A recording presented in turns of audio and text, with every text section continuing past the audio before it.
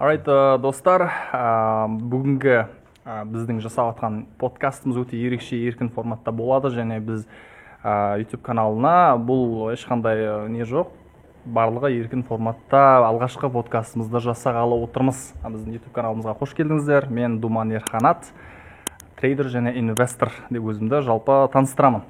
Мен оң жағымда менің өзімнің ағам Сырымбек Тау, Сырым ағам отыр. Орталық Азиядағы Yokohama Triangle брендтерінің басшысы. Барлықтарыңыз білесіздер. Сол жағымда Қырекең, Қыран Талапбек, барлықтарыңыз білесіздер бұл кісіні. Мобилографияның атасы деп жатырмыз енді. Қош келдіңіздер. Біріншіден менің шақыртуымды қабыл алып, ең алғашқы YouTube осындай подкастыма келіп жатқандарыңыз үшін рахмет. Қалайсыздар, қал жағдайларыңыз қалай? Бүгін бір ашылайық, Бүгін өте еркін форматта жасайық деп отырмыз. Көп жерде дипломатия алғандай бір қысылып отырып, андай өтірік жердерін алып тастап, кей жерлерін оңай қылып жасап жүреміз ғой, олай емес. Бүгін барымызша ашып, сәл халыққа көңіл күй сыйлап, бүгін өзіме ерекше көңіл күймен келдім, өйткені кеше ұшып бара жатқан кезде Астанаға аэропорт толады адамға. Қарасам бәрінің жүздері жылы да. Бүгін Астанадан қайта бері ұшқанда Инстаграмға салдым әдейі. Сонымен ұшаққа отырып тексердім. Алматы мен Нұр-Сұлтан қаласының ортасында қанша рейс бар екен. Кей күндері 19, кей күндері 20, кей күндері 22-ке дейін барады екен. Бірақ ұшаққа билет жоқ. Енді 22 рейс дегенің бір орта шамамен 150 адамнан есептесең, 3500 адам Алматы мен Нұр-Сұлтан қаласында араласып жүр. Бірақ бір жақсы, ол деген жетістік, адамдардың көңіл күйі жақсы. Сондықтан бәріміз көңіл күй сыйлайық адамдарға.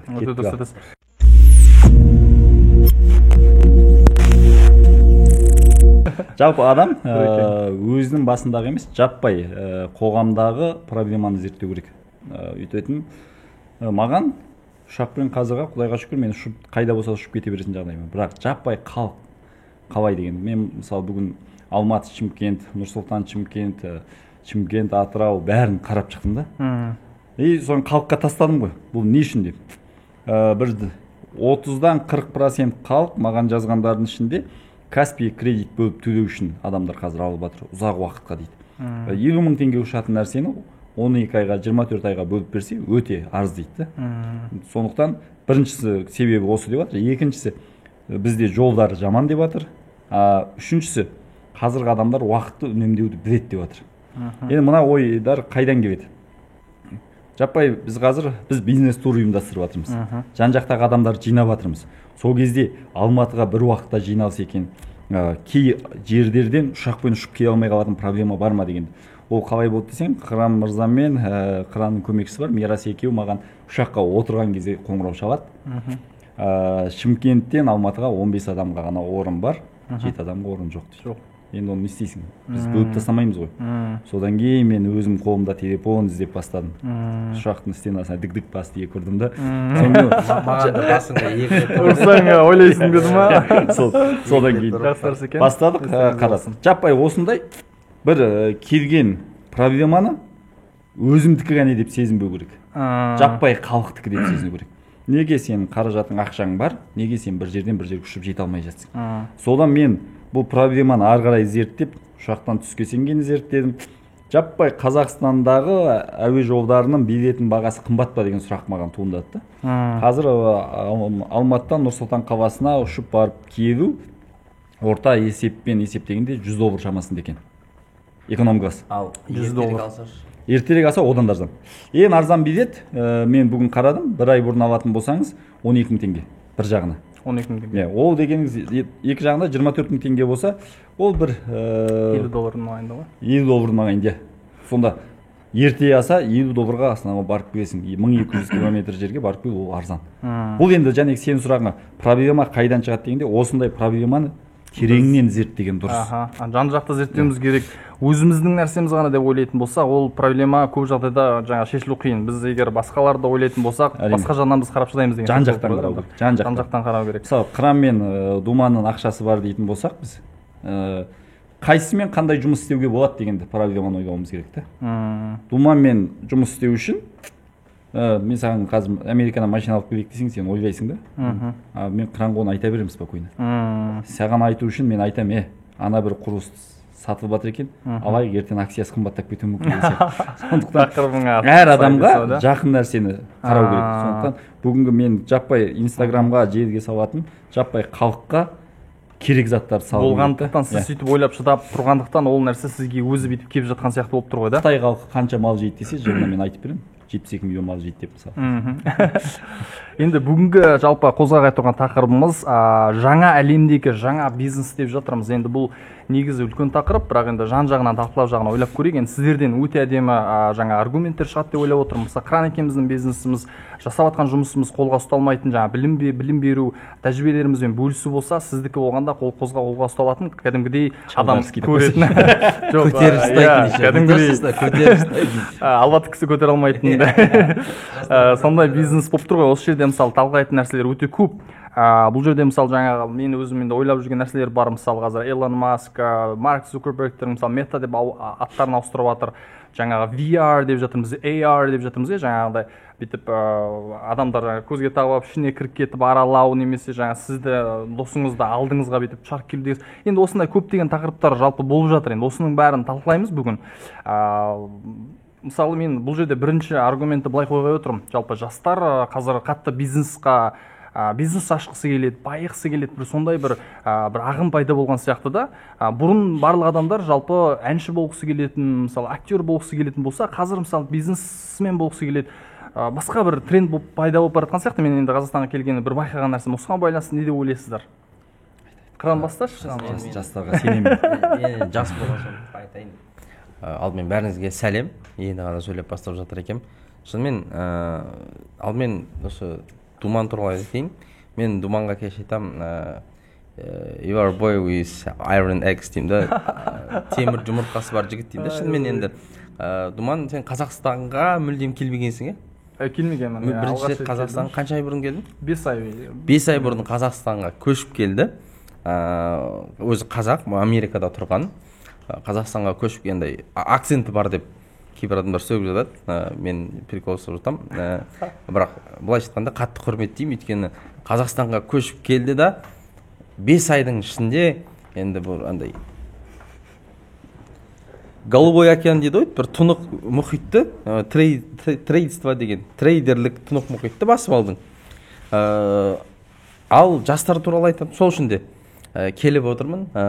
Думанның енді қазақтың жігіті ғой, Қазақстанда осылай теуіп бір істі дөңгелетіп жатқан. Сол үшін де жазылып қойыңыздар, бұл каналға тіркеліп қойыңыздар, өте маңызды нәрсе. Лайк басып, коммент жазып. Бұл біріншісі. Екіншісі, шынымен де бұрын енді өзімде сәл жас кезімде айналамда қарағанда бәрі бір ресейлік әншілерге қатты еліктеу болатын, ресейлік әншілерге ұқсау, рэперлерге ұқсау, тіпті бізде өзіміз битбокс жасау, бір сахнаға шығу деген заттар. Одан кейін бір кездері бір пранктар, вайнерлер қаптап вайнерлер шықты. Мен жаман деп айтып жатқан жоқпын, жақсы, ол күшті. Қазір мысалы Сырым аға секілді тағы да басқа арамызда жүрген ақыл айтатын, кәсіп жасайтын бір критический ситуацияда, критикалық бір моменттерде дұрыс шешім қабылдай алатын кісілер пайда бола бастағаннан кейін, олар болған жоқ емес, олар ылғи да болды, ылғи да болған, бірақ ол кісілер андай всегда сами по себе өз-өзімен өмір сүріп жүрген ғой. Бірақ қазір енді сол кісілердің жеке бренді, личный бренді пайда болып бараз халықтың арасында, по идее, анау фигня, нағыз нәрсе мына жерде деген адамдар көре бастаған кезде ол ұмтылыс әрине болады. Ұмтылыс бизнес ашқанға, ұмтылыс кәсіп жасағанға, ұмтылыс бір енді адам қай нәрсені көрсе сол жаққа қарай ұмтылыс пайда болады. Ол өте жақсы не сияқты менің ойымша. Сіз не айтасыз Сырма? Жаппай енді әдем ағып жатыр. Ағып жатқанда қалай? Өзен қатты сарқырап ағып жатыр дейік. Ең мықты балық қарсы жүзеді ағынға. Ең жаман балық ағынмен кетеді. Қандай балық жағаға шығып қалады? Өліп қалған балық жағаға шығып қалады да. Бізде сондай болды. Өзеннің ағысымен ағып жүрміз, қарсы жүзбедік. Қазіргі кез қарсы жүзіп бастадық. Енді ойлаймын, жаппай халық бизнесмен болып кетеді деп айта алмаймын. Жаппай халық ақша тауып кетеді. Байлық дегенді біз ажыратып түсініп алуымыз керек. Байлық деген өзі не? Байлық деген сенің жан-жағыңдағы қоршаған адамдар. Байлық деген осы мемлекеттің қазір үстімізден оқ жауып жатқан жоқ, тып-тыныш өмір сүріп жатырмыз. Ешкімге жалтақтап жатқан жоқпыз. Байлық деген осы. Біздің бай деп жүрген адамдарымыз мүмкін ақшасы бар, кедей адамдар болуы мүмкін да. Сондықтан бізде рухани жағынан бай болуымыз керек. Или инстаграмда бай болып жүрген адамдар ақша жоқ адамдар болуы мүмкін, иә, ондай. Сондықтан бізде сол ақшамен қаражатпен санамауымыз керек. Ақша, қаражат, руханият бәрін біріктіріп санауымыз керек. Егер сенде өзіңді ғана эгоист ретінде өзіңе ғана жинай берсең, мен ғана өзім жетіп тұрса болды деп тұрсаң, жан-жағыңнан нұрыңды шашпасаң, ол дым емес. Сондықтан қазір өсіп келе жатқан жастардікі жақсы, бірақ осы жақты да үйрететін адам керек. Не ойлайсың мысалға, қазір енді бес саусақ бірдей емес қой, жастар жақсы да бизнеске айналысамыз, бір кәсіп істейміз деді да, бірақ андай біз тез байып кетеміз. Резко вот қазір тема шығады, қазір бір объем шығады, резко жасаймын там, қиналмай баю да, тез байып кетемін дейді да, көбіне қадалып қалады. Сол там тез баюдың артында тез құлдырау бар ғой. Жол тез байым деген ана балалардың емес, жастардың ойы неге туып жатыр, неге олар сөйтіп ойлап жатыр деймін. Мысалға сырма андай ғой, көбісі айтады да, вот қыран көтеріліп кетті деп. Мен есімде қыран көтеріліп кетті дейді. Хотя менің көтерілуіммен 8 жыл 7 жыл видеомен айналысқан ғой. Білмейді оны. Мен ылғи айтамын да, мынаны ұмытпаңдар. Енді оларда мынандай нәрсе бар. Қара. Сені осы кезде қыран екеніңді көріп жатыр да олар. 8 жылғы бұрын қыранды көрмеген олар әлі. Сен қанша көрсетсең көре алмайды олар. Өйткені мынандай қарайды да, сенің қазіргі жүргендерің оларда фокус болып қалды көздің алдында. Сен Rolls-Royce сенің Гелен мінгенің, Думаның Тесланың акциясын айтқан, Думаның Фейсбуктың акциясын айтып жатқандар, сол көздерінде елестетіп перде болып тұр да. Біздің ол неге? Біз өзіміздің бұрынғы кезімізді көрсетсек 10% көрсетеміз да, қазіргі кезіміз 90% көрсетеміз. Сондықтан бәрі соған. Енді қалай? Енді аяқ астынан қырандар пайда болғысы келеді да. Бұрынғы қыранның 8 жыл 7 жылын өткісі келмейді. Білмейді оның бәрін. Аяқ астынан өткісі келеді. Менде бір қызық болды, карантинде жатқан кезде өзімнің 13 жастағымнан бастап суретімді салып бастадым. Мен көрдім. Сөйтіп бастадым. Москваға мен 20 жасымда бардым. Соның бәрін салдым әдемі келтіріп. Қалай болғаным, қалай қиналғанымды. Соңғы 4-еу түгел болса да мен мысалы айтылмаған бір 2-3 нәрселерді айттым. Соның бәрін естігесің, біз кеше Нұрсұлтан қаласында отырған кезде жігіттер сұрап жатыр да. Сен өміріңде талай дүниені көрген екенсің ғой деп. Сонда қарасаң, біз сол нәрселерді бір 10% айтамыз. Өмір бақи туғанда ақша ұстап туған адам қысап елестетеді да. Соны қазіргі жастар ажырата алмай жатыр. Тез баюға болады. Қабылдағысы келмей ма? Жоқ, оларда мынандай ғой. Қыран телефонмен видео түсіріп байып кетті. Оңай ойлайды. Мен неге байымаймын? Жоқ, пожалуйста, байы. Байы үшін анау баспалдақтар бар ғой. Бұлай басып шығатын. Бәрін басып көргің керек. Сен бүйтіп басып келе жатып, екеуінен секіріп кетсең, 10-шыға жеткен кезде ана екеуі саған сабақ болады қайтадан.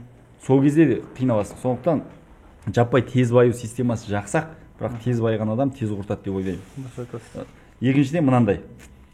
Тез байған адам көбінде қараубайдардан келеді. Қайдан келеді? Қараубай. Өте шық бермес шығайбай дейді ғой қазақта. Қараубай дейді, сол жақтан келеді. Неге? Олар бірден тапты, енді жаратсам жоқ қылып аламын деп ойлайды. Ол қандай жерлерден келеді? Көбінде, қателеспесем, біздің статистика бойынша, әлем бойынша мемлекеттен жемқордардан келеді. Олар қараубайдардың қатары. Неге? Олар бизнес істеген жоқ. Көбінде ұрдағандар қарау болады.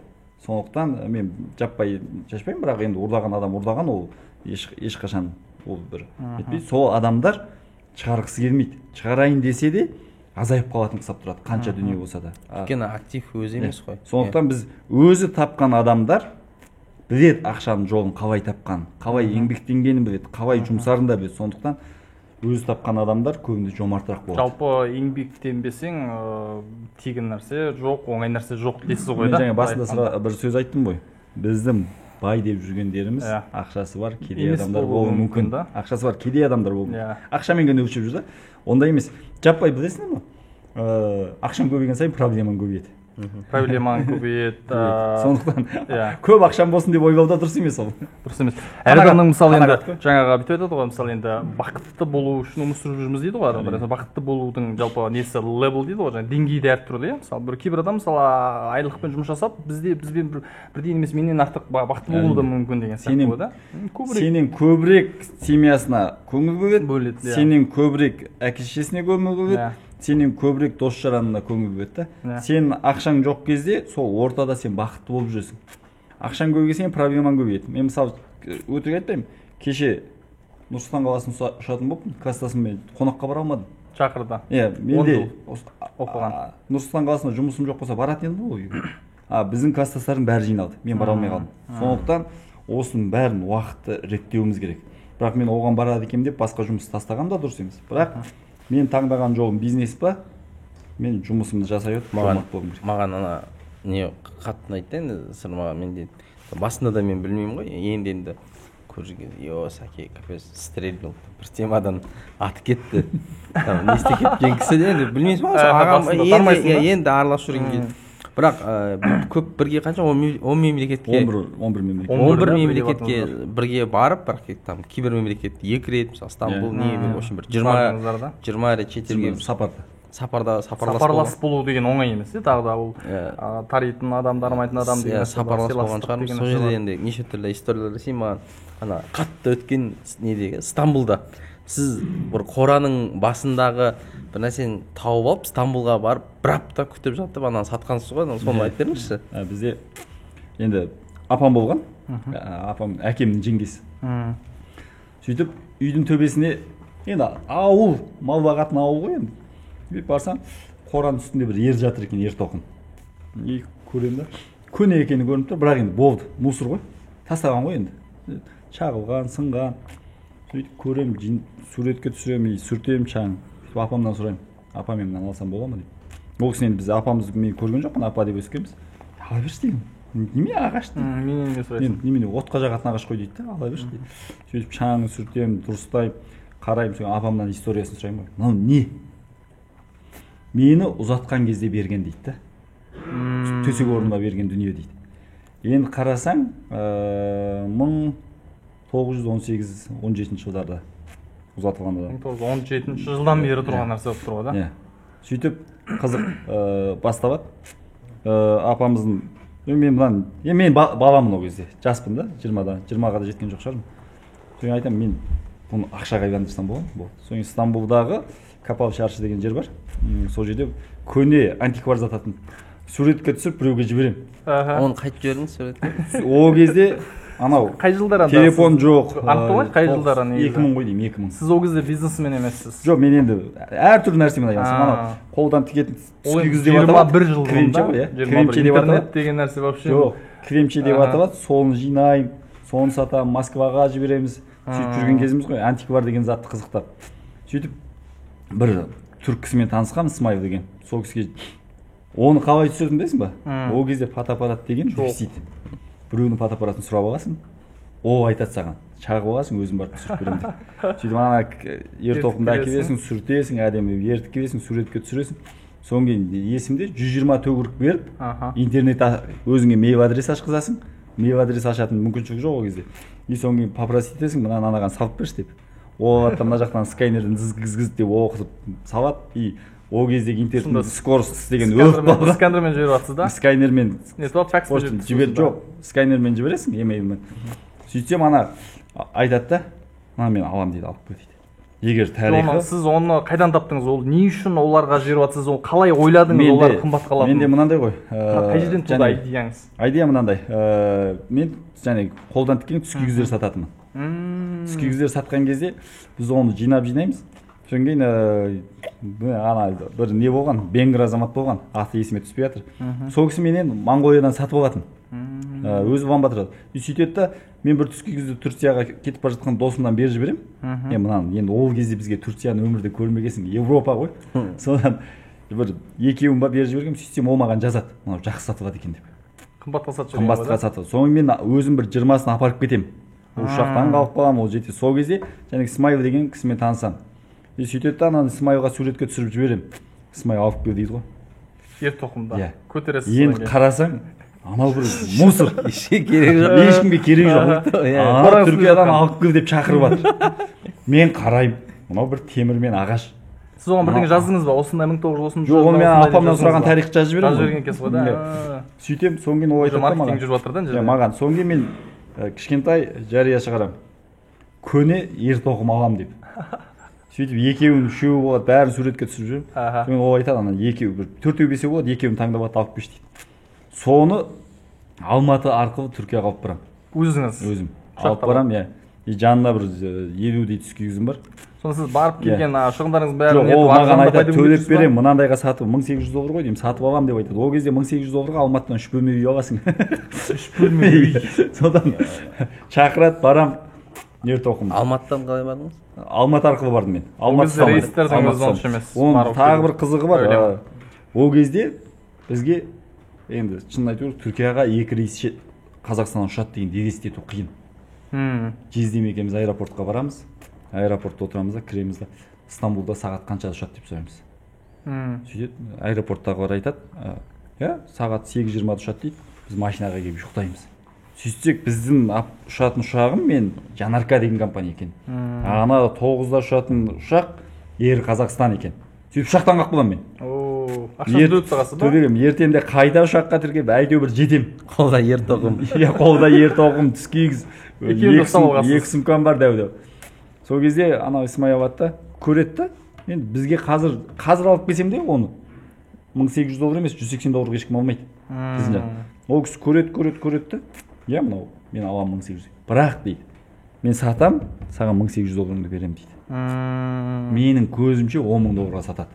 Аукцион ойнатады, ер тоқымды қойып қояды осылай. Сіз бір апта күтіп жатқансыз? Иә, мен ол енді соны жаттым ғой, анау несінен күтеді ол. Сатыңыз келіп отыр ғой, сол үшін келдіңіз ғой да? $200-300 алдын ала жібереді, тағы ақша береді. Содан кейін айтады, күтесің дейді. $10,000 сатады. Жоқ, аукцион былай. Ол кезде Түркия әлі бар аукцион. 3 күн. Бірінші аукционға өтпей қалам. Ол күт дейді.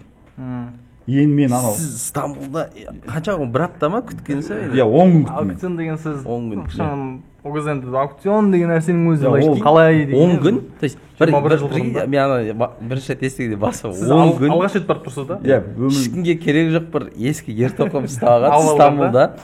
Ана жақта 10 күн еще ана капалы шарша базарға қалдырып кеткен, и күту керек. Еще күнде ақшаңыз бітіп жатыр. Түркше білмейсіз. Жоқ, ақша үшін мынандай ғой, бар ақша бітіп жатыр. Бітеді. Ставка ер тоқымда. Иә, ставка. Анау енді берсе кетесің, бермесе дым жоқ қайтасың. 9-шы күні 3-ші аукционда шақырады, мен қоямыз деп. Мені сол кезде енді ойлаймын да, неге мені шақырды. Сөйтсем, ол анау аукционға былай жазған ғой.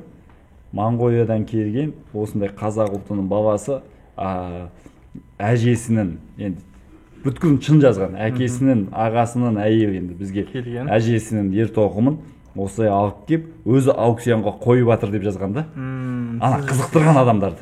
Мен бір шынын айтсам, маркетингтің құралы болып. Маркетинг құралы. Екіншіден, мен анау түріктер былай келеді ғой, аукционға қатысқай. Түрік қана емес, дүние жүзіндегі аукциондарға мен ойлаған олар. Қара қожалақ, беті қып-қызыл, андай шапан киіп алған бір деп. Мен өзімше ол кезде солидный киініп барам, айтып жатырмын, анау түрік аударып беріп, жанымда досым бар. Отырмыз. Сөйтеді, бір заманда ер тоқымды қойып қояды да, аукцион кетеді. Ана мала бағым, мен бүйтіп досым түртеді да. Сырым $4,000 болды, $6,000 болды, $7,000. Мен деген шок болды. Көзім шок, аналарға қарай. Ондай ақша көрмейсіз.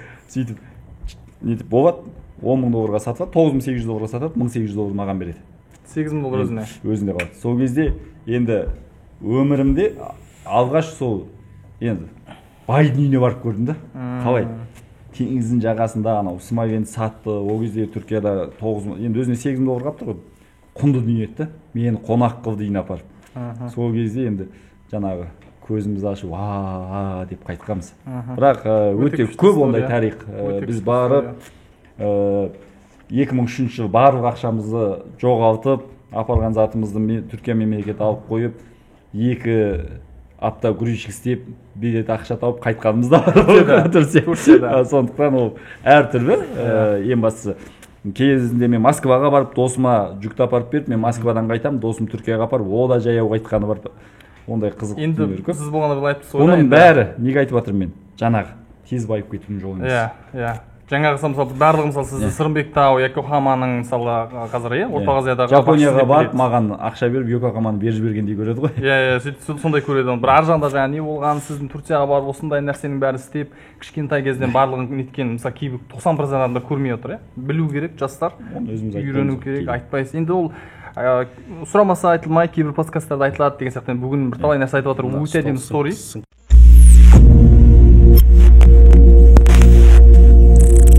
Негізі қозғалған тақырыбыңызда өте маңызды ойлап отырмын. Қазіргі жағдайда соған байланысты мүмкін жаңа негатив нәрселер, адамдардың жаңағы тез баю негізі, біздің енді жаңағы Инстаграмға бәріміз саламыз ғой, енді жаңа машинамызды саламыз, мысалы кран білесіздер, кран мысалы Rolls-Royce алды, одан кейін G-класс алатыр. Машина салатыр, мүмкін бәрі соған енді кран болғысы келеді деген сияқты. Мысалы мен интернеттің де жаңағы енді жақсы жағы бар, жаман жағы да тағы да бар. Ол жерде енді білмеймін, енді ол кранның мысалы терістігі ма, ол жерде терістігі емес. Мүмкін мотивация, бірақ енді айналайын келгенде адам өзі қалай алады, соған да байланысты шығар да. Мысалы мотивация алатын кісі, мысалы мен кран болғым келеді, мен кранда салып жатады, сторителлинг салып жатасың, мысалы жаңағы мен өстіп жүрген ананың несін алып бүйтіп алып, мысалы тойға барып бүйтіп алып жүрген кранмын, қазір бүйтіп келдім деп отыр. Енді сонда айналайын келгенде адамның өзінің көзқарасына тағы да байланысты шығар. Мен кран саған бір-екі не қойсам деп отырмын. Осыған байланысты бұл жерде болғанда жаңа аргумент былай болып тұр. Неге байланысты бағанағы мысалы қатты толқып жатсың ғой. Бүгінгі жойында алғашқысы болғаннан кейін толқып жатыр ма? Толқып бірақ та бүгінгі мысалы бағана кран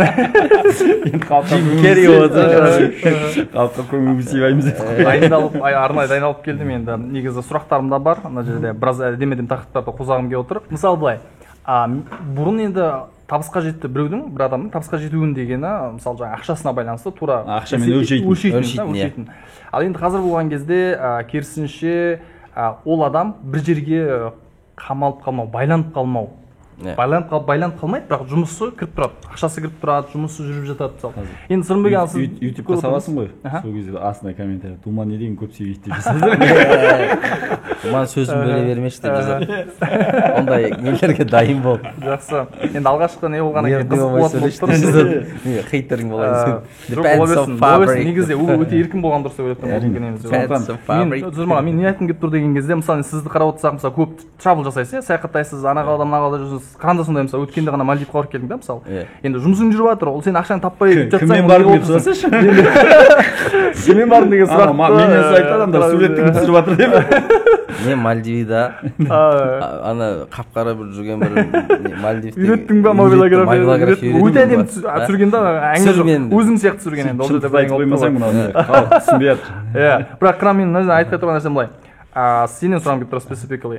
Жалпы соған не ойлайсың? Жалпы бұрын енді ақшамен неткен болса, қазір сондай нәрсеге алып келіп жатыр. Америкада өзгеріп жатыр. Қазір онлайн нәрсенің бәрі өзгеріп жатыр.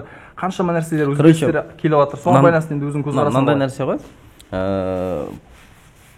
Почему-то демейін, бірақ шынымен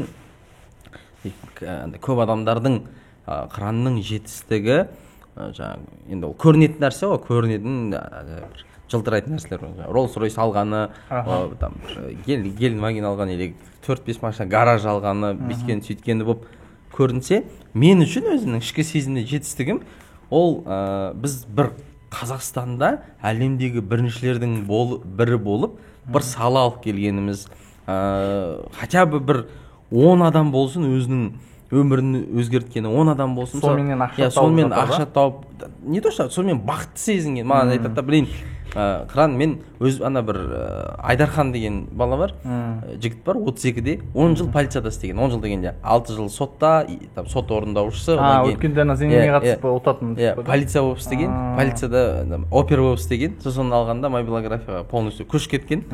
Жұмыстан шығып кеткен, мен істегім келмейді деп. Қазір андай алтын сақина жүзіктерді телефонға түсіреді, маркетинг бөлімінде жұмыс істейді кәдімгідей маркетолог. иә маркетолог болып істейді, мобилограф болып істейді, өзінің өміріне бақытты, то есть там в принципе сол сумманы табады, ешкімді бопсаламайды, ешкімді қорқытпайды, там біреудің негатив көрмейді, ақшасын табады. Сол сияқты кейстер көп, мыңдаған студенттер мысалы мобилографиядан біреу телефонмен видео түсіреді.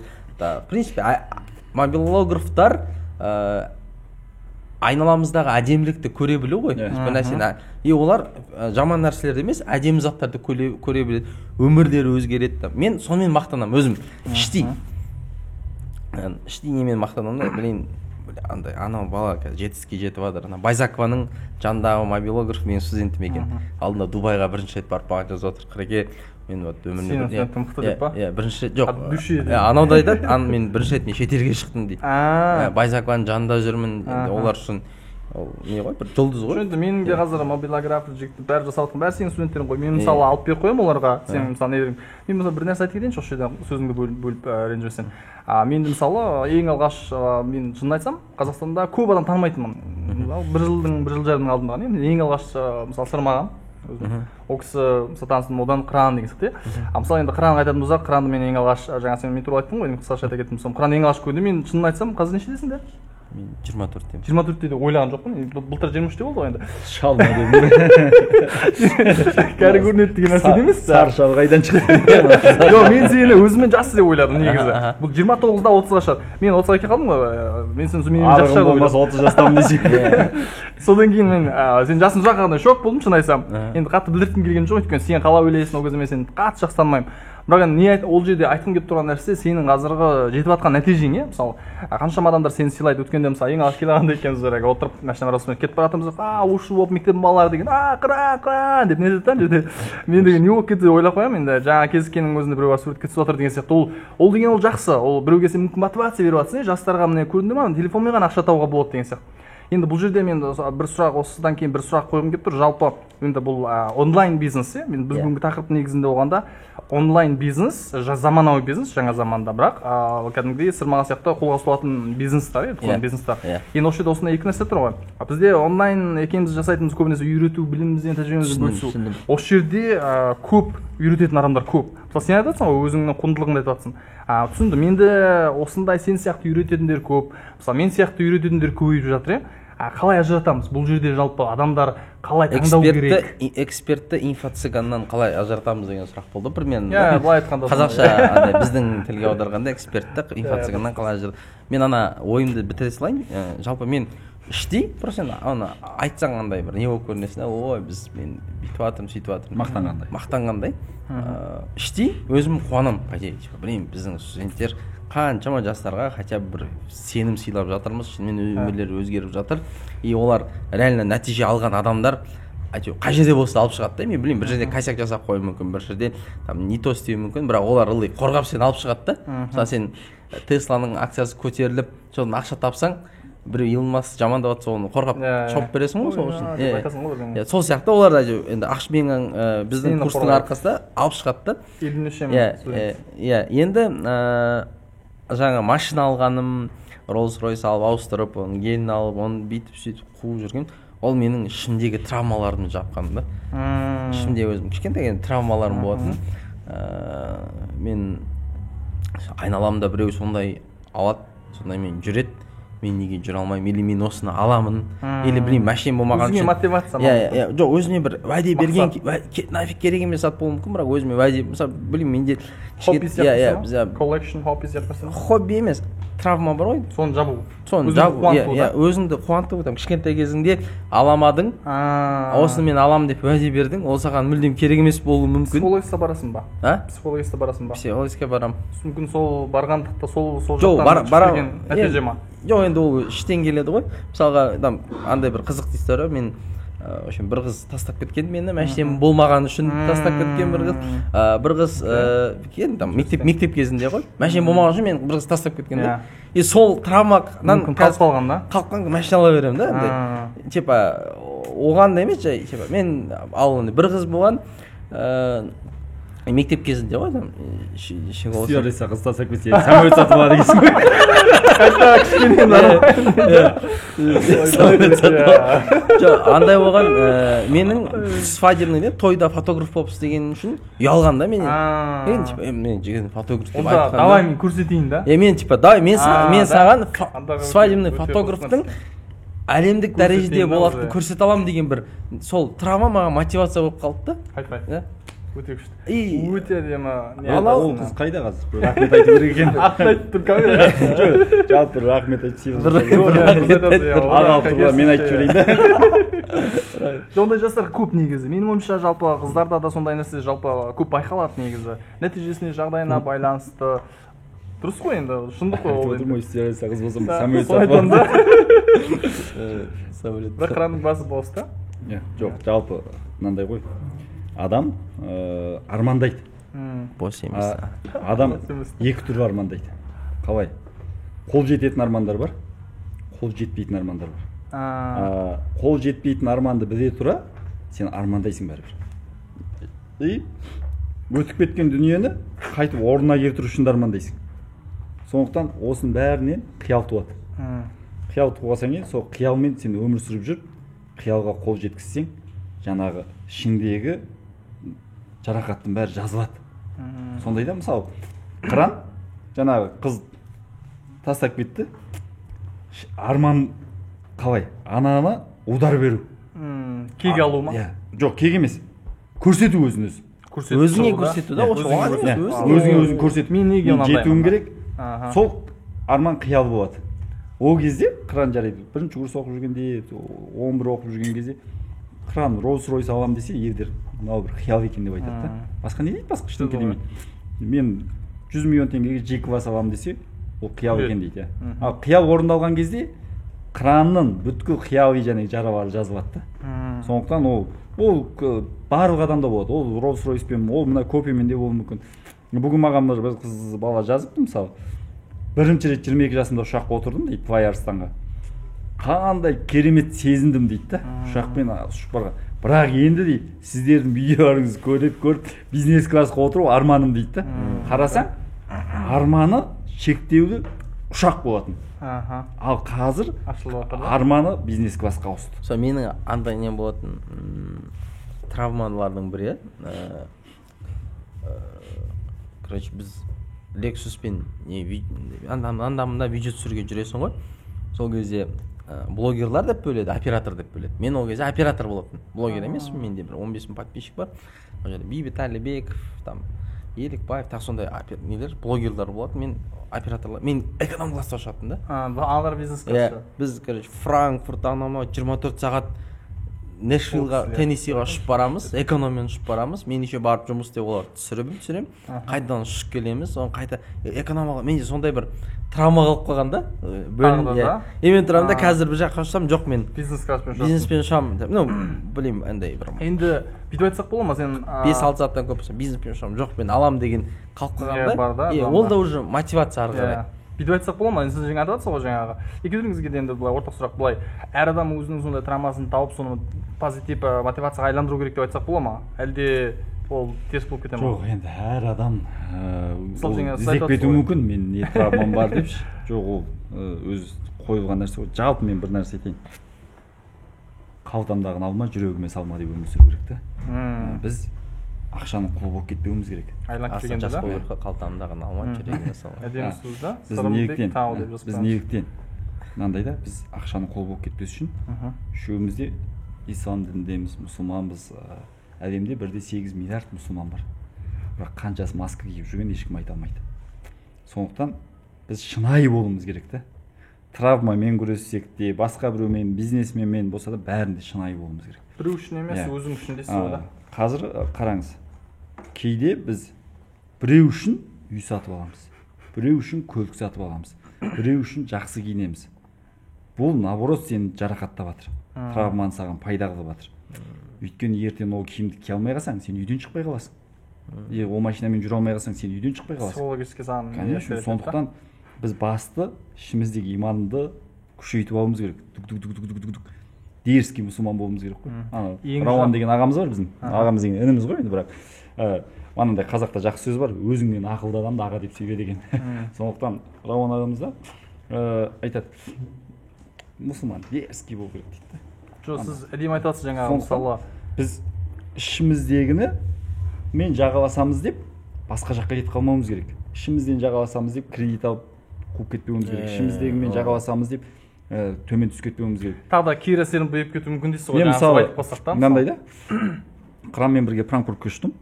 Франкфуртқа жеткенше ұйқы ояу видеоны үйреніп бардым. Көзімді бір ашам, бір жұмам, бір ашам. Қарасаң, енді сол кезде маған аса қажетсіз нәрсе қылып да.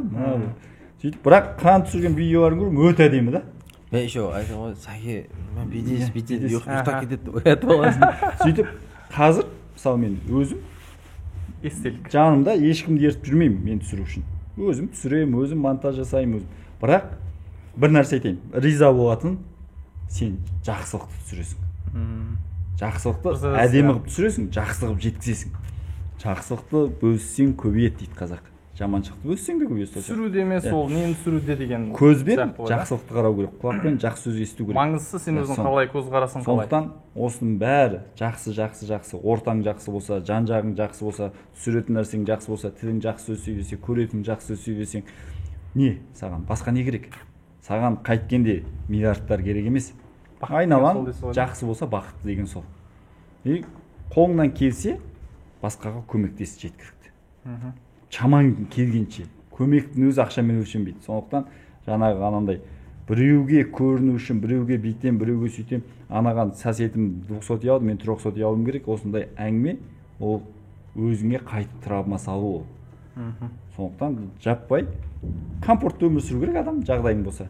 Өзің өміріңе риза болсаң болды. Ең бастысы сол да. Біреу үшін өмір сүрмеу керек. Мен енді сіз осы бір екі нәрсе айта кетейінші. Мен өткенде ғана бір жерден оқып қалдым. Дейді, ең білімділік, ең ақылдылық, ол жалпы оның шегі жоқ, ол қарапайымдылық дейді да. Мысалы жаңа сіз айтады, сол өзімнен кіші болса да сіз деп айту керек деген, ол өзі сіздің мысалы жаңағы қарапайымдылығыңызды көрсетіп отыр менің ойымша. Бұл жерде мен сізді бүйтіп мақтап отырған емес, мен сізді біраз уақыттан бері білемін ғой. Мысалы мен қарасам, мысалы жаңағы Америкада жүрген бір бастап думанаға деп кетіп жүрмейді. Дәл одай болмайтын шығар. Қыранаға думанаға мақтап жүргенде ма? Жоқ, ол жерде мақтаған емес. Шынымен де мен сізді мысалы мен мысалы қарасаңыз енді Америкада жүрген қарапайым бір қазақтың баласы, сізді мысалы қарасаңыз, сіз үлкен бір бизнесменсіз да. Мысалы бізді мен өзім айтатын болсам, сіз мысалы мені елеп ескеріп жаңағы мысалы сізбен алғаш мысалы онлайн жүзінде мысалы таныстық, үйге шақырып монша жағып беріп, иә жағып беріп сөйтіп жатсыз дегенде мен мысалы оны бір үлкен бір сіздің қарапайымдылығыңыз, үлкен бір жаңағы сіздің айтып отқан жаңағы барлық түсініп тұрмын негізі сіздің жаңағы айтқай тұрған point дейді ғой ағылшынша, жаңағы не айтқыңыз келгенін мен түсініп тұрмын. Соны сіз өзіңізбен мысал ретінде көрсетіп жатсыз, иә. Бұл жерде жалпы жастарды мен не үшін айтып отырмын дегенде мен бұл жастар осыны қарап үйренсе екен бір екі нәрсе болса да деп. Тәрбиелеу үшін қазірші сен жаңа басында айттым ғой, қайталайды. Біз бай деп жүргеніміз ақшасы бар кедей адам болуы мүмкін. Ол неден шықты? Ақша менікі, өмір менікі, бәрі менде дұрыс болса, дұға жасаса, Алла тағала мен басымды аман қыл десе, елімді емес басымды деп жасайтын болса, ол солдан шыққан сөз. Сондықтан мен білсем бірдеңкені, жақсы нәрсені білсем, мен бөлісуім керек. Мен қыранмен бөлісуім керек, мен саған бөлісуім керек. Мен қонақ күтсем, ертең сен де үйренесің, сендер де қонақ күтетіндей боларың. Адам не істейді? Бала жаңа диск сияқты. Анау кезінде бүйтіп плеерге салып дискін ойнатамыз ғой, машинаға диск. Сол сияқты көргенін істейді. Жастар да сол. Алдындағы буын не істейді? Не көрді, соны істейді. Сондықтан жаппай бізде өзіміздің алдымыздағы буындардан жақсы жағын жинап еліктеп келе жатырмыз. Біздің де қателіктеріміз жетеді, бірақ шамамыздың келгенше алдымыздағы адамдардан жақсылықтар жинау керек. Жинап, соны бойға сіңіре білу керек. Жаппай жастар сондай болу керек. Сондықтан мен айтарым, бір нәрсені көрсек, жақсылықты жинайық. Жақсылықты жинап, сол жақсылықтарды басқаға үйретсек, бақыттылық деген сол да. Сол да. Және қыранның бақыттылығы жақсы нәрсені үйретті, шәкірттері жақсы нәрсе түсірсе, қыран студент істегенде анда-саңда да кіріп көріп қоямын мен. Кейбіреулеріне қыран лайк басып қояды, мен подписный болғасын кейін соларды көремін, мысалы, сонымен қуанады да.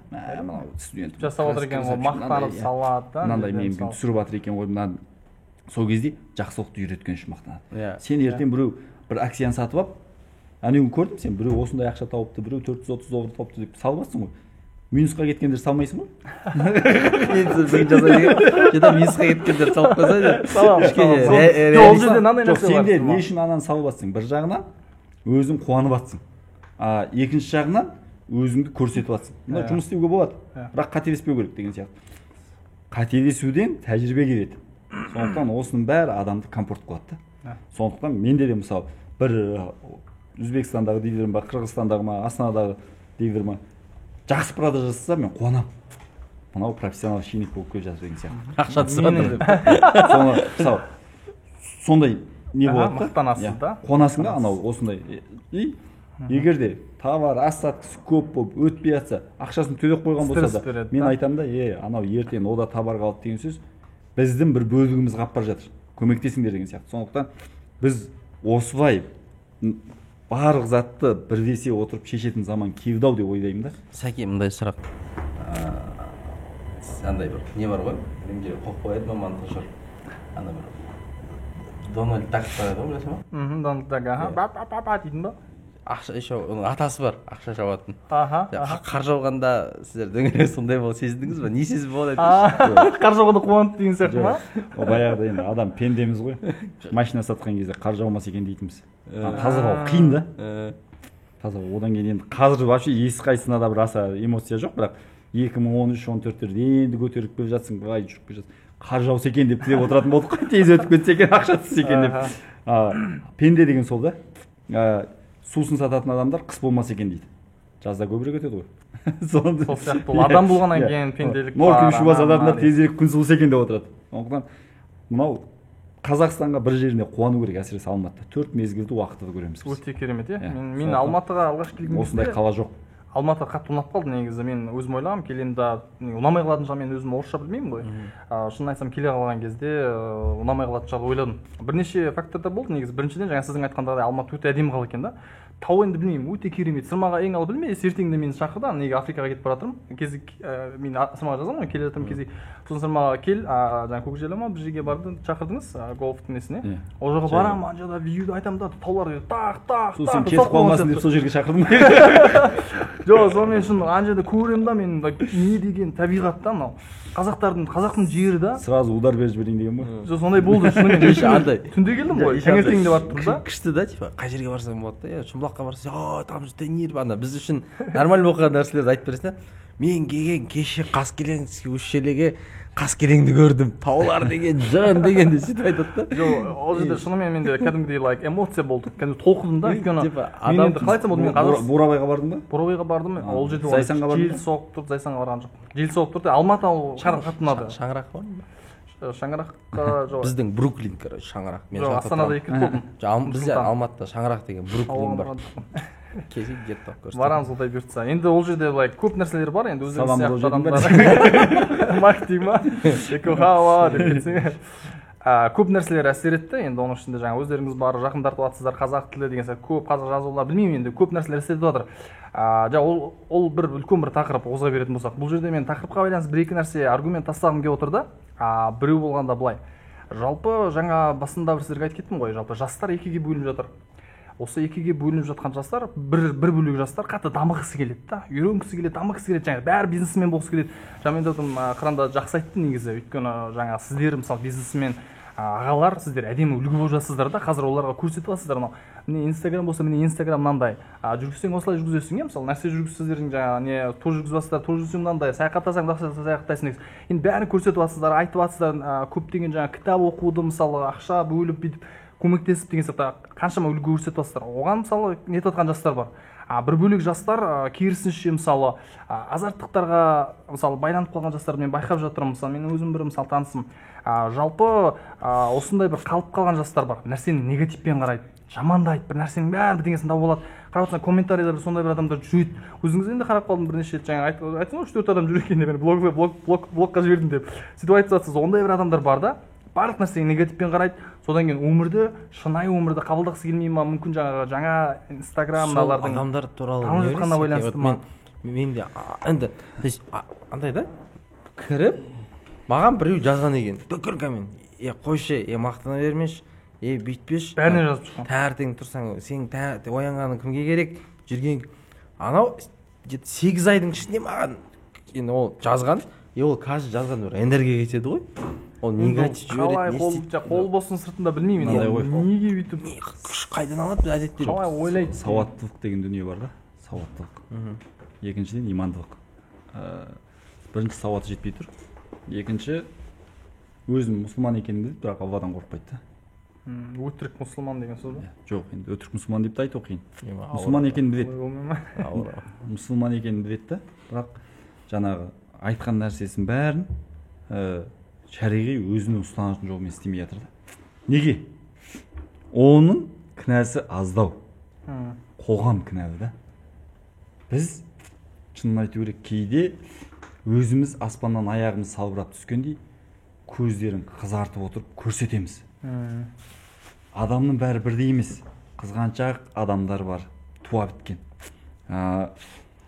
Бірдеңкеге жетейін деп жұмыс істеп жатыр, талпынып жете алмай жатқан адамдар бар.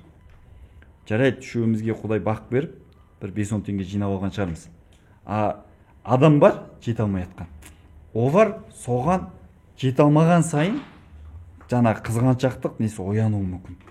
Екіншіден, ештеңе істемейді. Осыны бір жамандай берейінші бірдеңке. Ол жаманшылықты көреді, жаманшылықты яғни терет, сонымен ол жанағын істейді. Жаппай неге? Толық қанды информация жетпейді ешкімге. Мысалы, қалай айтайын? Біз кейде өзіміз ойлаймыз да, бір мемлекеттік қызметкер сынай саламыз. Мен басымды ойлаймын. Соны сынау үшін өзімді қойып көремін. Жарайды, мен министерство экологияны сынадым деп ойлайын. Мен экология министрі болдым деп ойлап көрейін. Сол кезде менің күшім қанша жерге жетеді дегенді қараймын. Сондай жерге жетіп тұрса, мен ары қарай сынамаймын. Мен экономист болғандықтан экономистерді көп сынаймын. Мысалы, қарап сынайын десең, шынымен бүгін қарадыңыздар. Россияның нөмірі бар көліктерді жүргізбейміз деген хит болып жатыр, иә? Енді қара, жүргізу керек па, жүргізбеу керек па? Жаңағы МВД-ның министрі бойынша заңға сүйеніп отыр, жүргізбеу керек. Жаппай халық шығып жатыр, жүргізу керек деп. Сонда біз не істеуіміз керек? Араластырып сапыруымыз керек па? Көрдіңіз ба? Енді жүргізбесең, как будто бір министрлік теріс сияқты. Халық қиналатын сияқты ма? Жүргізейін десең, заңға қайшы болып тұр. Тығыршыққа кім тіреп тұр? Министр тіреп тұр. Сол әрбір российский нөмірі бар машиналардың водительдері, жүргізушілер министрдің орнына өзін қойып көрсінші. Қара, сол кезде негатив осындай екі қарама қайшы түйіскен жерден шығады да. Көрдің ба? Қыранға жаңағы жазып атқан адам мүмкін жетістікке жетейін деп ұмтылып көрді. Жетпеді. Болмады ма? Жетпеді. Бір удар алды, екі удар алды. Соңғы жетістікке жеткен адамдарды ұры санай бастады да. Мен бір комментарийім астына жазып қойыпты, әне біреу. Не деген? 2015 жылы қалалық әкіммен кездесіп жүрген, бұл өзі байып кетті деп ойлайсыңдар ма деп. Мен неме қалалық әкімге барғанда маған жер бөліп берді ма? Сондықтан ол да сондай не болған деп ойлаймын, удар. Сондықтан ондай жауаптардың бәрін өзіге алмау керек, бірақ мен кей адамдарға жекесіне шығып жазам. Жаман нәрсе жазса. Сіз жазасы келмейді. Кейде жазам мен. Ана адаммен сөйлесіп көрейінші, ішіндегісін бір ренжісін алып тастайыншы деп. Сондықтан мүмкіншілік болса, өте көп жазғандарға бір жазып, одан ары кетіп барса, блокқа қоя салып оңай дүние ғой. Екі-ақ саусағын екі-ақ рет қимылдатасың. Мен енді блокқа қоя саламын. Мен енді өзі ондай білмеймін. Мен қоймаймын. Қоймайсың ба? Мен үшеуміз үш түріміз көрдің бе? Мен қоймаймын, мен күтемін ана адам. Әйтеуір бір стористе бір мотивация, бір нәрсе көреді. Әйтеуір бір күні деп па? Типа енді от любви от ненависти до любви жек көріштен махаббатқа бір ғана қадам дейді ғой. Бір күні бір жүрегіне не істейтін шығармын деген ой бар да. Бір күні осы адамның бір өзгере ма? Менің ойымша өзгере ма? Енді мысалы маған қазір жазылған адам, иә, енді бір қиын кездерді көреді, не кездерді көреді, соларды көріп то есть мен көз алдында өсіп жатсам хотя бір ой өзгеретін шығар деген бір үмітім бар да. Не екен, мен ойлап көрмеппін ондай жағынан. Жоқ, менде сондай бір үміт бар да, мен блокқа тықпай сүтім керек шығар да. Өзім мысалы менде андай болды, бір хейт жазып жүрген бір қыз тұрды да курс болады, курс дейді, курсыма жазылып сатып алған екен. Уже сатып алды да? Уже сатып алып, жазылып нәтиже алған екен. То есть, в принципе, ол Сен көрдің ана жерден да? маған жазды басында, ана ол удалить етіп жағын ұмытып кеткен ғой үстіне, бір нәрсе мені боқтап жазған, сен андайсың, мындайсың деп. Бір күні курсыңды жазылдым, қайтып жазылайын деп едім, қайтып төлейін деп жазған, өзі удалить еткен ғой. Бір күні уже өзінің жұмыстарын жібере бастаған, бір күні рахметін айтып жіберген да. Бірақ енді арасында үлкен уақыт бар. Сондай бір сенім, мен бір өзіме бір андай не фильтр қойып тастадым, ана адамдар кейбіреулер жазады да дайректіге оқымайды деп ойбайды оқымай деген жазады. Кейде ашып оқып қалсаң тұрады. Содан кейін жазасың ғой, бауырым не болды енді, сен не іздеп жатсың? Кешіріңізші, мен сіз оқымайды екен деп ойладым дейді. Сонда оқымайды деп жаза салады. Енді анау шейін біреуге ашуланып отырып, ашуын сенен ала салады деген сияқты. Мен мысалы Сырымбек тауға бүйтіп жазсам деп мүмкін досына айтатын шығар да. Сондай бір нәрсе болып тұр ғой да. Мысалы мынандай да. Ішіндегісін шығару. Екі ақ нәрсе ғой. Ашуланып тұрғанда шешім шығарма дейді ғой. Эмоциямен да. Ол сол эмоциямен шешім шығарып жібергендердің біреуі болуы мүмкін. Енді ол қоғам болған соң болады. Өйткені мынау жетістігі бар қоғам, мынау жетістігі жоқ қоғам. Екеуі де болады. Бәрі жетістігі бар қоғам болмайды. Екеуі де болады. Негатив, позитив, ақ пен қара, барлығы болады дейсіз ғой да. Мен бұл жерден бір әдемі тақырып қозғап кетсемші. Ана сұраққа жауап бермедік қой, Сырмаға. Не ойлайсыз болады? Сіздің бизнесіңіз қолға ұстайтын бизнес, біздікі қолға ұстамайтын бизнес. Заман дамып жатыр да. Заман дамып жатыр. Мынандай зат бар. Қазір 2022-2023 алып сатарлардың заманы. Алып сатар. Не алып сатсаң да алып сатардың заманы. Өндірістің заманы емес деп ойлаймын мен. Енді қара, біздің кезімізде интернеттердің дамысы олай болған жоқ. Біздің бәріміз сатуды үйрендік. Қолға ұстайтын затты. Сатып үйрендік та. Енді заман қалай? Карантин болды, үйде отырдық, барлығы онлайнға көшіп жатыр. Енді онлайн алып сату да басталды. Ол ұстайтын затты сату, көрінбейтін затты сату деген екіге бөлінді. Неге? Білесіздер ма? Амазонда, Алибабада, басқа не бар өзі? Бәрінде бірде-бір өндірісі жоқ. Алып сатады. Тек алып сатады. Біреуден біреуге. Алып сатқанда олар ұстап апарып сатпайды дағы. Бәрін пайдаланады. Ортасында. Иә, ортасында пайдаланады. Кім ұстамайды? Кім миллиардер? Солар миллиардер қазір. Джефф Безос миллиардер. Неге сол затты шығарған адам озып кетпеді одан? Көрдіңіз ба? Ақылдылардың заманы алып сататын заманға келді да. Енді сендердікі. Сенде зат жоқ. Сенде де зат жоқ. Сен зат деп айтайын десең, ұстап көру керек қой. Тәжірибе ғана.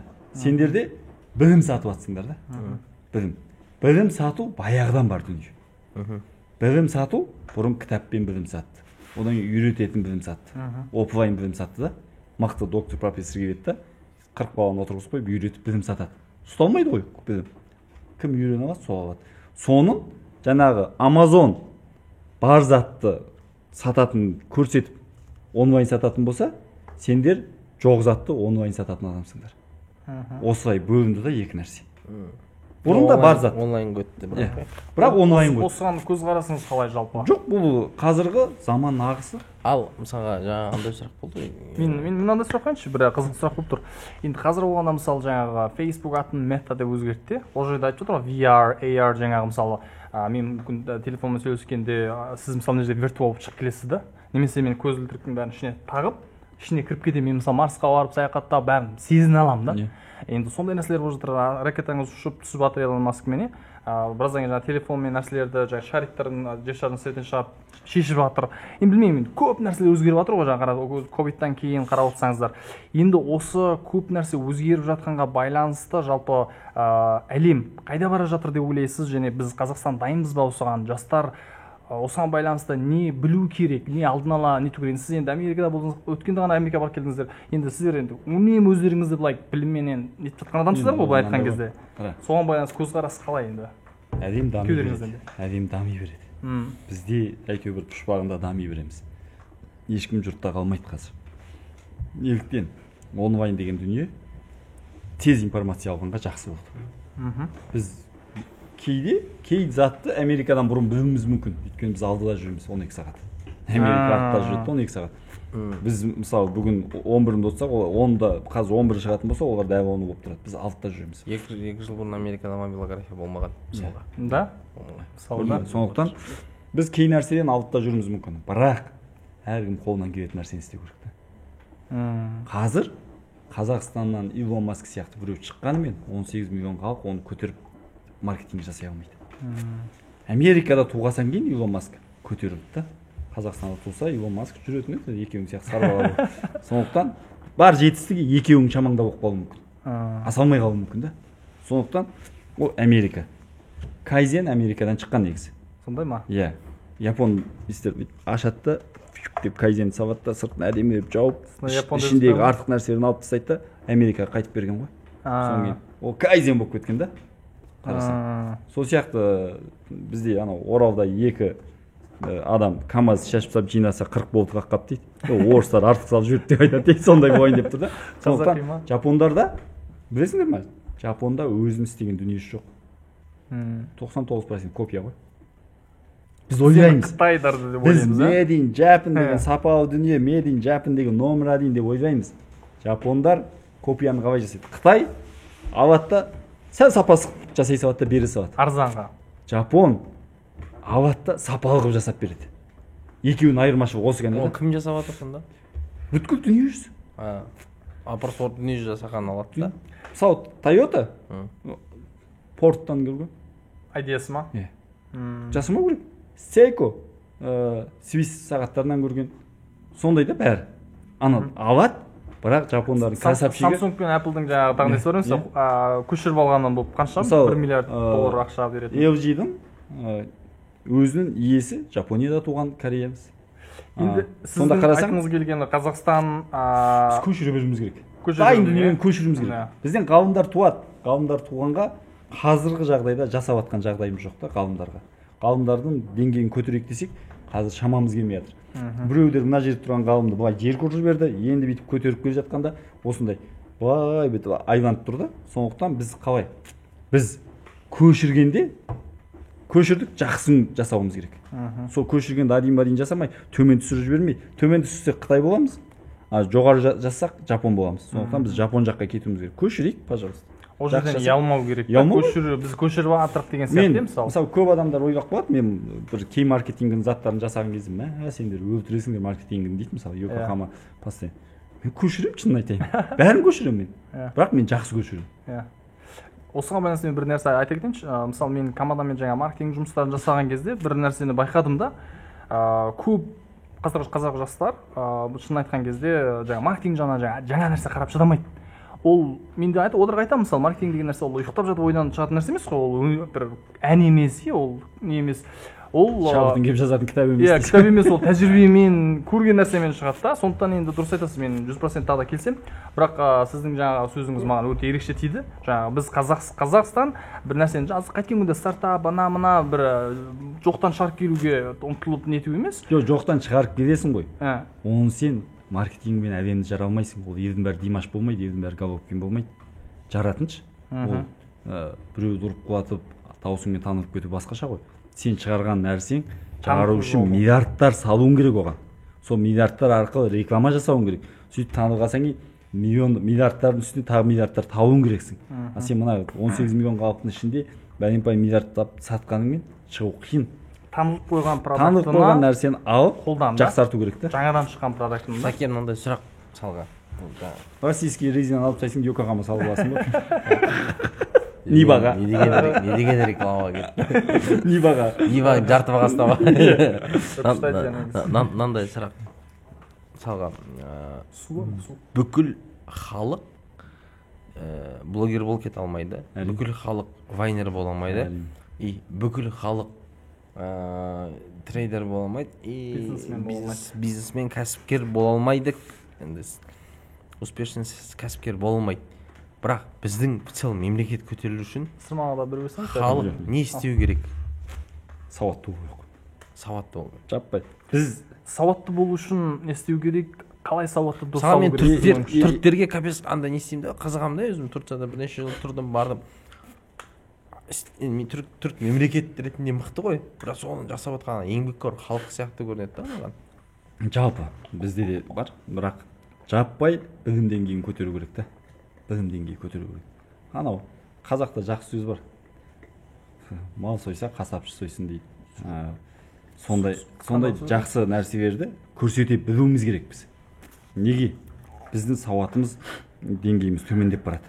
Бәрі блогер болғысы келеді, бәрі байнер болғысы келеді, бәрі бизнесмен болғысы келеді, бәрі сондай болғысы келгеннен кейін, мысалы, мынандайда университет оқып не істейміз деген адамдар көп, 8-ден шығып кетіп бизнес істеймін деген адамдар көп.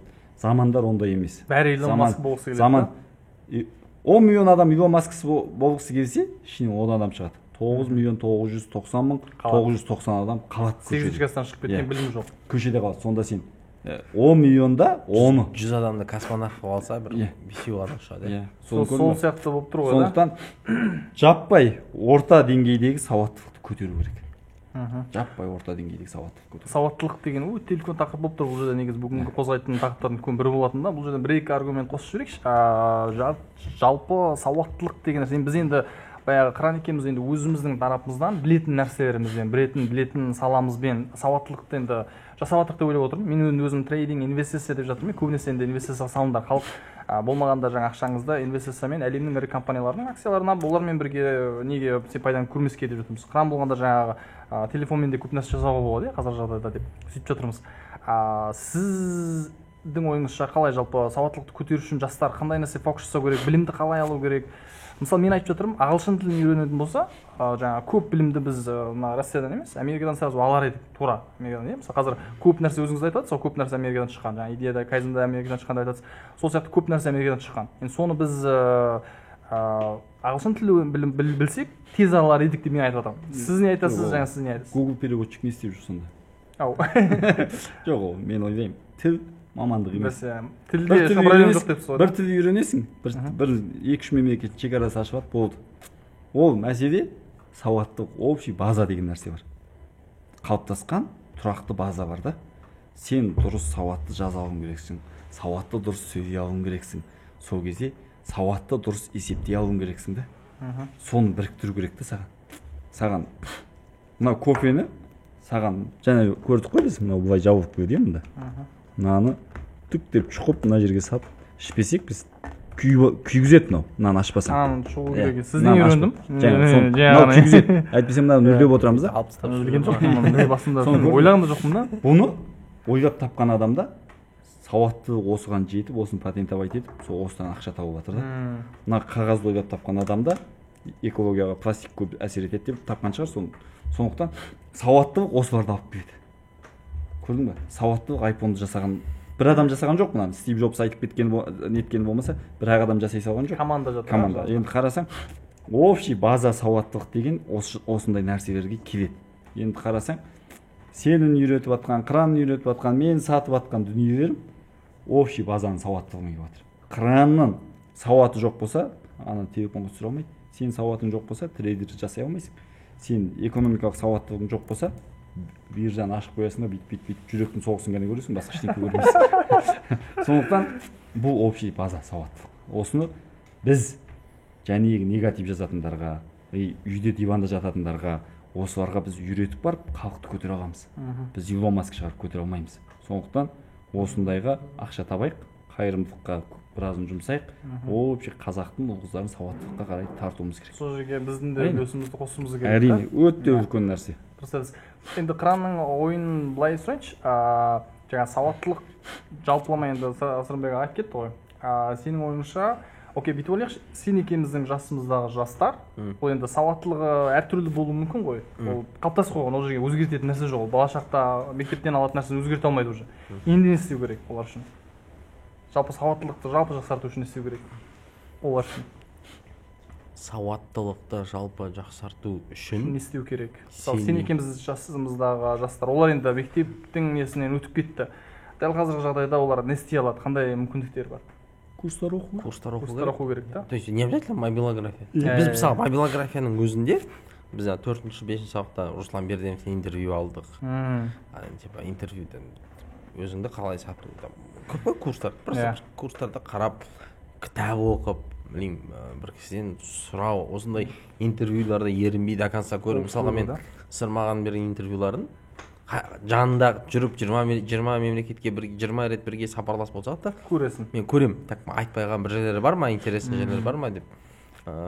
Интервьюларды көру, ол жерде жайдан жай отырып кеп айтып отырмайды ғой. Тәжірибемен келеді ғой бәрі. Сен білмейсің да ол қай жерден атып кететінін, қай жерден стрелять етіп кететінін білмейсің. Өте әдемі не ұқсап кеттің ғой деймін негізі. Мен де мысалы Америкада жүргенде Қазақстанға мысалы келердің алдында мысалы Қазақстаннан мысалы менде студенттерім көбейіп кетті да. Көп подкасттар көрдім. Мысалы сіздің подкасттарыңызды ізденіп отырып бүйтіп қазақша подкаст бәрін көріп шықтым негізі. Тағы да бірнеше ағалардікін көріп шықтым. Енді оның өзі мысалы жаңа мен сізді түсіну, мысалы сізден үйренетін тәжірибе қаншама нәрселер бар мысалы. Жалпы енді өте жақсы аргумент. Бұл жерде жаңағы курс ана деген нәрселер көп қой енді. Қалай талау керек адамдар, қалай фильтр жасау керек. Андай ғой, курс сататындар көбейіп кетті дейді. Неше түрлі адамдар енді мына жерді тырнай берсең қан шығады бүйтіп. Тырнай берсең сен денеңізші. Сол сияқты курста тырнап көру керек қой, не шығатынын. Курсты бүйтіп тартып қазып көру керек та. Тура эмоциямен шешім шығарма да. Жоқ, зерттеу керек, бәрін қарау керек. Ананың айтқан не, мынау қанша кітап оқыды, мынау не айтып жатыр деген сияқты тырнап көру керек та. Мысалы Инстаграм парақшасы болса бұрынғыларын көр да. Конечно, ол не? 4 жыл бұрын, 5 жыл бұрын. Екіншіден дүниенің жұмыстың бәрі тәжірибемен келеді. Официант болсаң да, грузчик болсаң да, администратор болсаң да, не істесең де сен соны бастауың керексің. Сендердің жастарың. Сендер мен жас деп айтпаймын. Екеуің біреуің 24-те, сен 29-дан дедің ба? Не? Мысалы менде парақшамда қазір 759 пост бар екен. 759 пост. 759. Ең біріншісін білмеймін 2013 жыл ғой деймін. 2013 па 2013 2012-лерде салған екен. Мен 2010-да да салғандар бар. Ана жерден қарасаңыздар болады, мен барып жексенбі күні футболдарды барып түсіретін фотограф болып, тойларды түсіргенім, ресторанда. Практика деген сол да. Мен өшірмеймін да ананы. Адамдар да андай видеоны аспаннан бүйтіп түскен сияқты көрсеткісі. Мен қуып жүргенім, тойда жүргенім, не істеп жүргенім. Одан ұялмайсың. Ұялмаймын. Сол жерде тұр. Ол бір тарихта ертең адам бір нәрсесі, мен Инстаграмға кірді астына түш, уақыты, күні, несі 24 лайк бар, 2-3 комментарий бар, адамдардың нелер тұр деймін. Мен бір пост салдым. Сен жаңа сұрадың ғой экспертті нелер қалай айыру керек. Ол адам сол салада маман болса, онда болады. Сол саланың маманы болса. Мен енді біраз болды видео саласында жүргенімде. Көргісі келетін адамдар. Маманыма жоқ. Тырнап көру деген сол ғой. Тырнап көру деген сен Инстаграмын қазып жатсың, кран түсірген видеоларын көріп жатсың, тырнап жатсың да бәрін. Кім не айтып жатыр? Не істеп жатыр? Сондықтан сен кім не айтып жатыр мысалы көріп ол сауаттылықтың деңгейіне қарайсың. Мысалы келеді маған біз бір жұмысқа адам аламыз деп қойған кезде көп адамдар менің жанымда жүргісі келіп келеді да. Ол мен талып ертіп алып не істеймін оны? Мен айтамын, істе ана жұмысты бар да. Көлсайға барады официант болып. Тегін ұстап берейін дегендер бар ма? Ойбайды да, сырым сол жерде. Мен 24 сағат жатпаймын ол жерде. Айына 2-ақ рет барамын.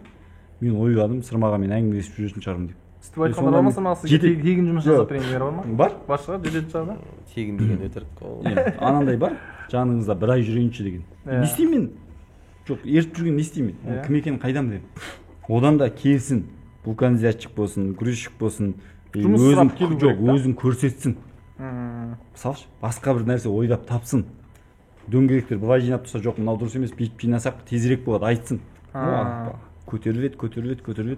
Офиста отырады, мен өзімнің бір інімді грузчик қиын екен аға дейді. Онда продавец болшы дедім, сатушы болсын, сатушы қиын екен дейді. Енді жалғыз-ақ жұмыс бар деймін, саған келеді.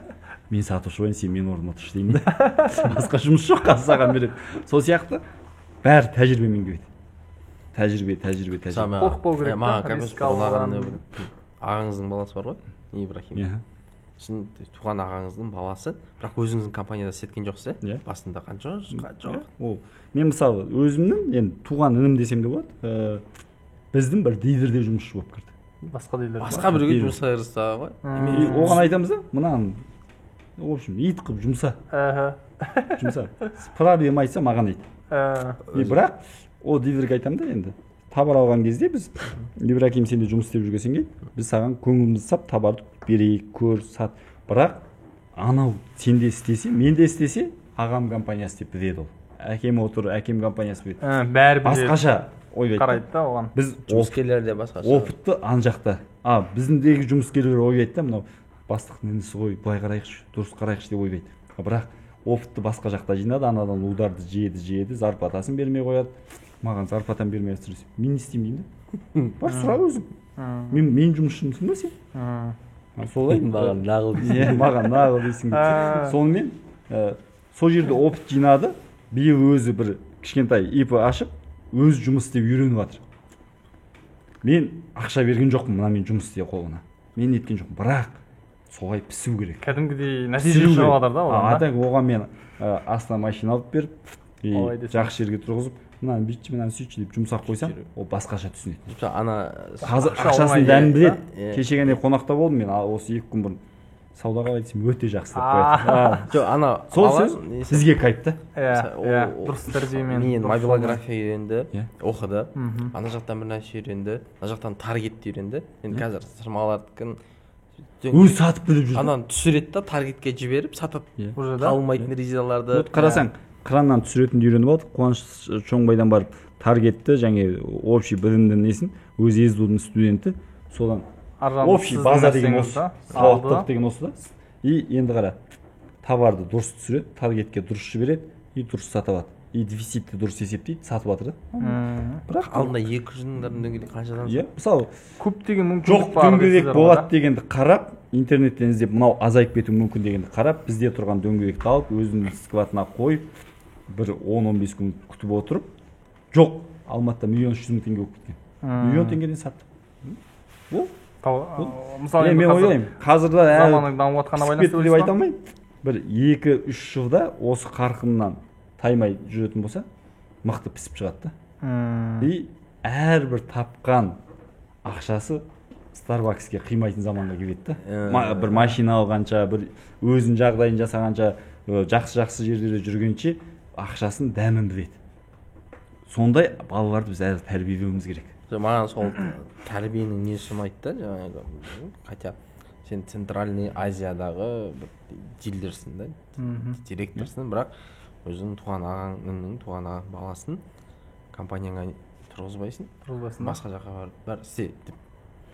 Ол енді бұл кісінің мысалы жаңағы адамдарға айтқым келеді да, жаңағы адамдарға айтқым келеді да, сырмаған жанына мен жүріп сөйлесем аты кетемін деп ойлайды адамдар. Мүмкін сіз сол ойлап отқан шығар да. Сізге мысалы жаңағы жазатын адамдар. Мен жаныма келгеннен ештеңе өзгермейді. Мен дилердің жанына барған артығырақ та.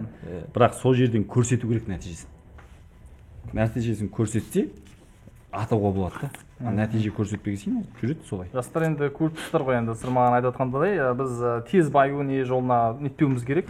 Өйткені маған да мысалы мен жұмысым ақшаға тікелей байланысты болғаннан кейін бір сұрақпен аяқтайық.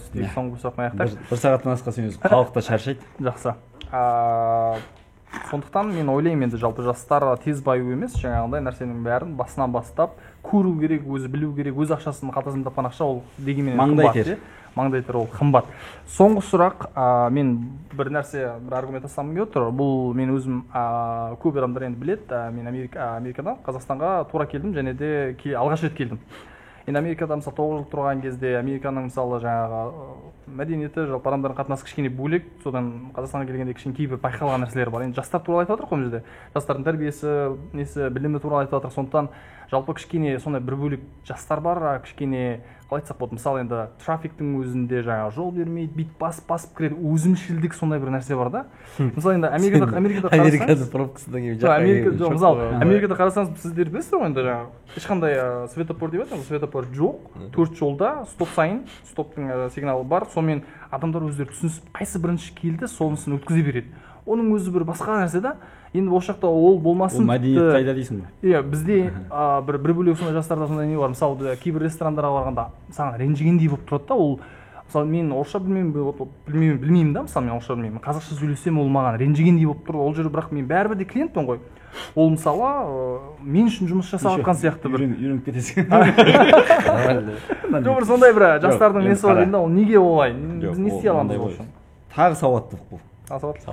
Жол жүру ережесі деген кітапта жазылған. 2 сызықты кеспейсің, 2 сызықты кессең праваңнан айырыласың деп жазылып тұр. Жасылдан қызылдан өтпе деген. Соған жол мәдениетін сақтай алмайтын адамдар Әл-Фарабимен артпен жүреді. Өзімшілдік емес па? Жоқ. Өзімшілдік деп айта алмаймын. Өзінің проблемасын алда қойып асығып жаңағы мысалы жаңағы машиналарын қоя салады ғой, пробкаға ешқандай не жоқ жерге машинасын қойып кетіп қалады. Ол мен өзімшілдік деп айта алмаймын. Неге? Жаппай қоғам сондай да. Бұл неліктен? Сен Алматының 2005 жылғысымен қазірін көрсең, Алматы өте мәдениетті халық. Нема? Жермен көктем. Сен Америкадан келгенсің, мына жақтың мәдениетін көріп жатсың да. Сондықтан мынандай жаппай әлеуметтік мәдениет деген сала бар да. Әлеуметтік мәдениет деген сала бар. Далаға түкірмеу, сағыз тастамау, темекіні лақтырмау деген сияқты бұлар әлеуметтік мәдениет қалыптастырады. Ол қалай қалыптасады? Жақсы бір сөз айтып берейін. Жақсы заң жаман әдеттен шығады дейді. Жақсы заң жаман әдеттен шығады дейді. Жаман әдет болғасан кейін жақсы заң қабылдайды да мемлекет. Біздің заңдардың жақсармай жатқанының бір белгісі. Екінші, аз халықтың проблемасы бұл. Үшеуміздің туысқандарымыз жоқ шығар, жоға жақты істейтін, бірақ көбінде телефонмен шешеді.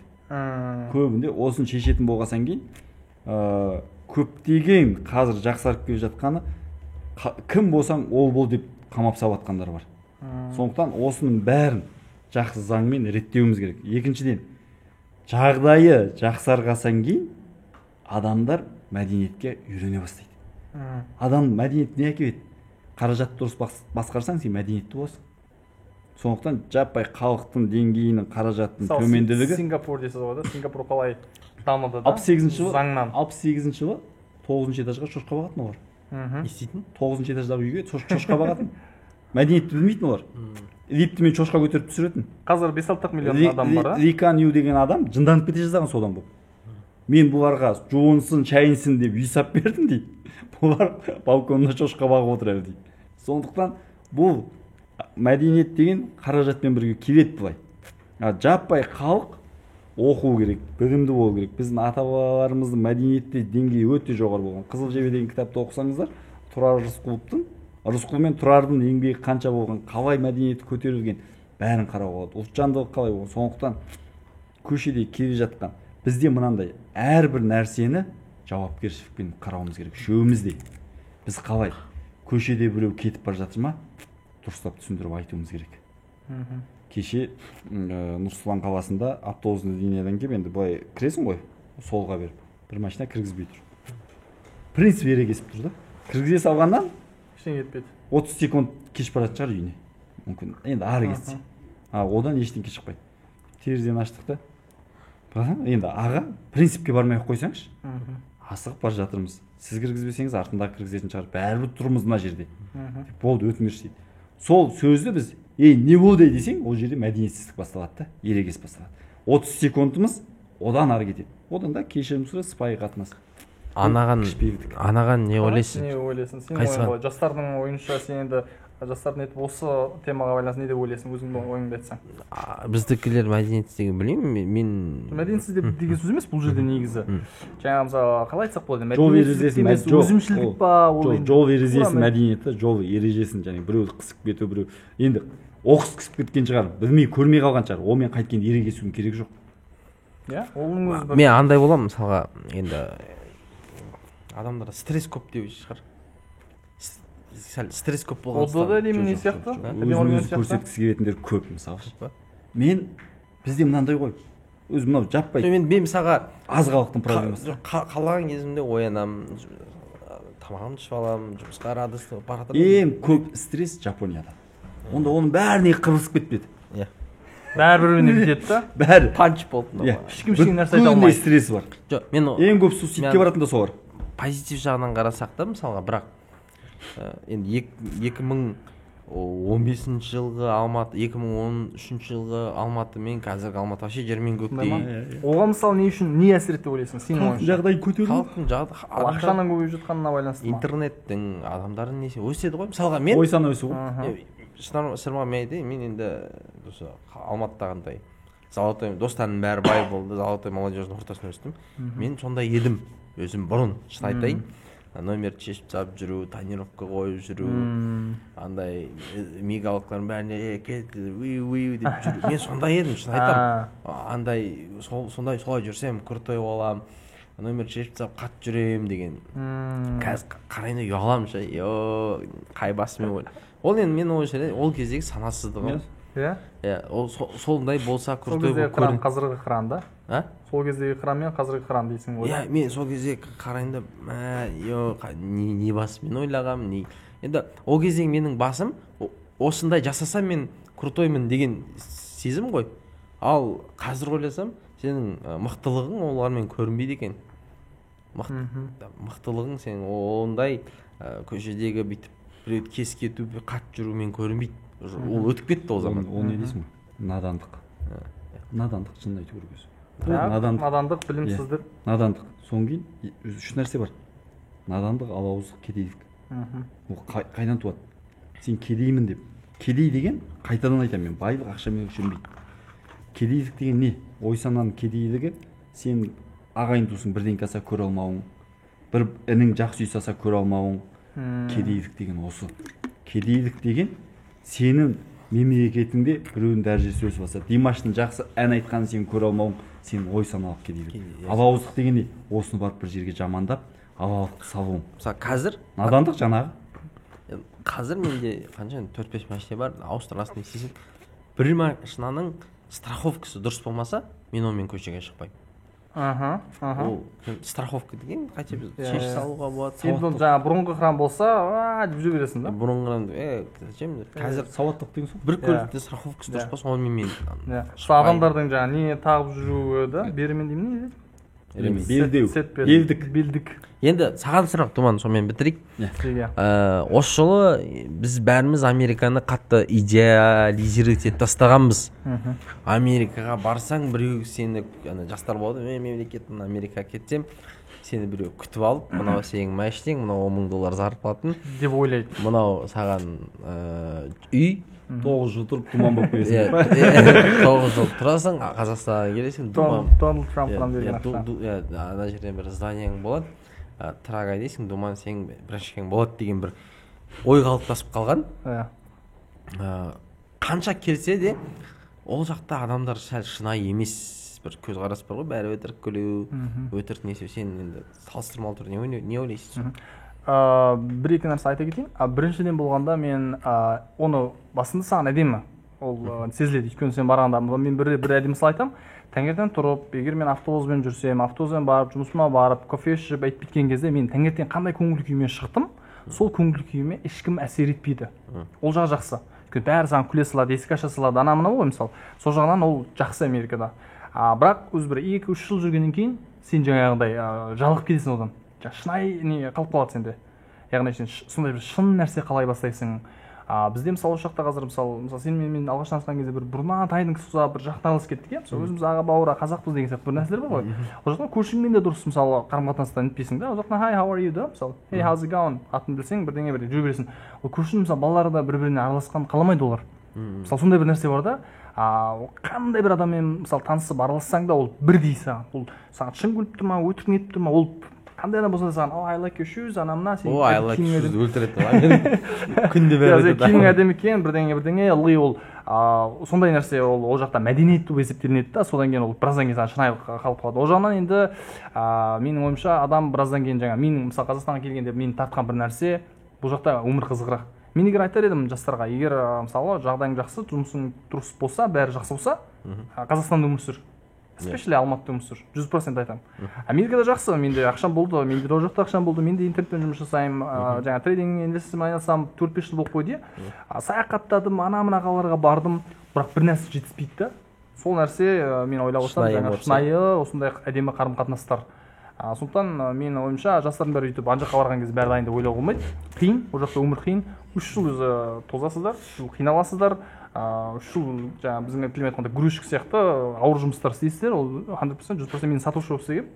Кәдімгі тұрып 11 сағат тұрып, тіке тұрып деп айтады ғой. Сатушы болып жұмыс жасағанмын. Мен сондықтан еще өтірік күлу керек. Өтірік күлесің, ол басқа адам боласың. Басқа адам болуың керек ол. Маска киесің десеңші, маска киесің. Шынайы адамнан сен тоқтамай өтірік күлуің керек ол жерде. Сондай қиыншылықтар бар енді.